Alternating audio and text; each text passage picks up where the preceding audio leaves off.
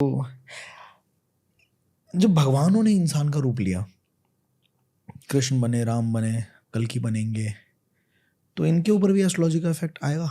देखिए, जब एस्ट्रोलॉजी की पढ़ाई आप करने जाएंगे तो सबसे पहले आपको भगवान राम, कृष्ण भगवान, इनकी जन्म कुंडलियाँ, महान लोगों की, ये सब दिखाई जाएंगी। बिकॉज ये हमारे वहाँ से आपको प्रेरणा मिलती है।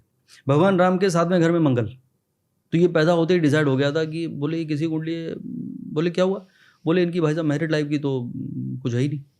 तो क्या हुआ, जैसे ही बोले कि अब मजे आएंगे, मैं राजा दुरानी, तो जंगल चले गए। उसके बाद आपको पता ही है, मतलब रावण उठा के ले गया। तो तीसरे घर में अगर मंगल है तो बहुत ज्यादा, 7th house, house of marriage, yes, तो डिवोर्स हो जाता है। हाँ। तो ऑलमोस्ट लाइक ए सेपरेशन। उसके बाद जब सब कुछ सेटल हो गया तो वो उसने आके बोल दिया धोबी ने कि ये तुम कैसे रख दिया, तो वो फिर बेचारी चली गई। तो आप पूरा उनके मैरिड लाइफ के बारे में खाली भगवान की बात कर रहे हैं हम लोग, because Mars places in 7th house. Ketu अगर होगा 7th हाउस में तो इक्वली गुड है। सॉरी यार, नहीं कोई बात नहीं। तो उसमें क्या होगा, उसमें कोई बात नहीं, the person will be more experienced. मतलब एक ब्रेकअप होगा, उसके बाद उसकी शादी होगी। एक ब्रेकअप होगा तगड़े वाला। हाँ देखिए, वैसे तो वो 6-7 करके बैठा है। हाँ वही मैं कहने वाला था कि मेंटल इमोशनल, एक वर्ड और मैं अब यूज पब्लिक में नहीं कर सकता, mental and emotional connect with someone is known as a marriage.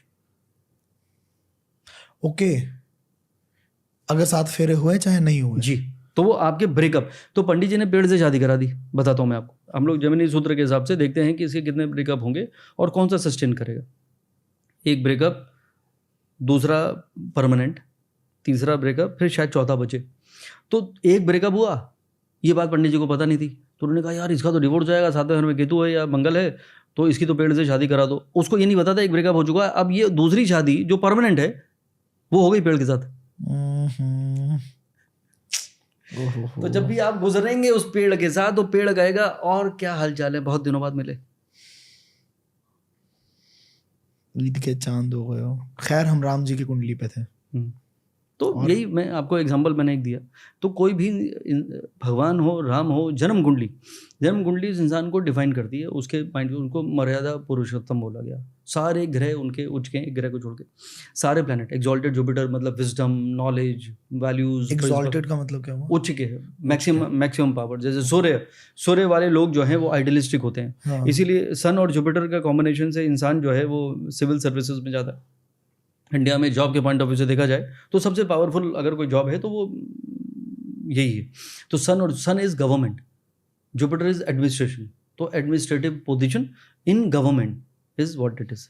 आप आईएएस बन गए, आईपीएस बन गए, मंगल स्ट्रांग है तो आईपीएस बन गए, राहु स्ट्रांग है तो आप आईएफएस चले गए। This is how it is. तो आप किसी का भी प्रोफेशन एक जन्म कुंडली में बता सकते हैं, लेकिन अब मुश्किल होती चली जा रही है। एक तो क्या हो गया है, पहले हमारे ज़माने में या तो वो इंसान बायोलॉजी वाला अलग ग्रुप होता था और टेक्नोलॉजी वाला ग्रुप अलग होता था। अब बायोटेक्नोलॉजी है। मैंने अभी हमारी सोसाइटी में एक बहुत ही यंग डॉक्टर है और वो one of the leading hospital में, he is one of the senior most doctor. अब यंगेस्ट डॉक्टर इतना यंग सीनियर मोस्ट कैसे बना? कैसे? Because he knows robotic surgery. Okay. तो यानी आप डॉक्टर हैं और आपको टेक्नोलॉजी आती है, तो आप हाईवे पे आपकी गाड़ी चल रही है। That is what it is. तो ऐसे बदलता चला जा रहा है माइंडसेट, और ऐसी आपको सक्सेस। तो सारे प्रोफेशन बदलते जा रहे हैं। हर सोच, पहले आप मजाक उड़ाते जा रहे हैं। हमारे स्कूल के टाइम में याद है मुझे, ये देखो आ रहा है, इसकी जो इंटेलिजेंस है वो आर्टिफिशियल है। आज आर्टिफिशियल इंटेलिजेंस पूरी दुनिया को रूल कर रही है। अभी मैं टेड टॉक देकर आया, मैं कहा hi this is Sandeep Kochar, बच्चे थे उनके पेरेंट्स से। Today I will talk about the real AI, not the one which you know, which is artificial. I will talk about real AI, which is astrological intelligence. Try to know who you are with the help of the planets when you were born. Wow.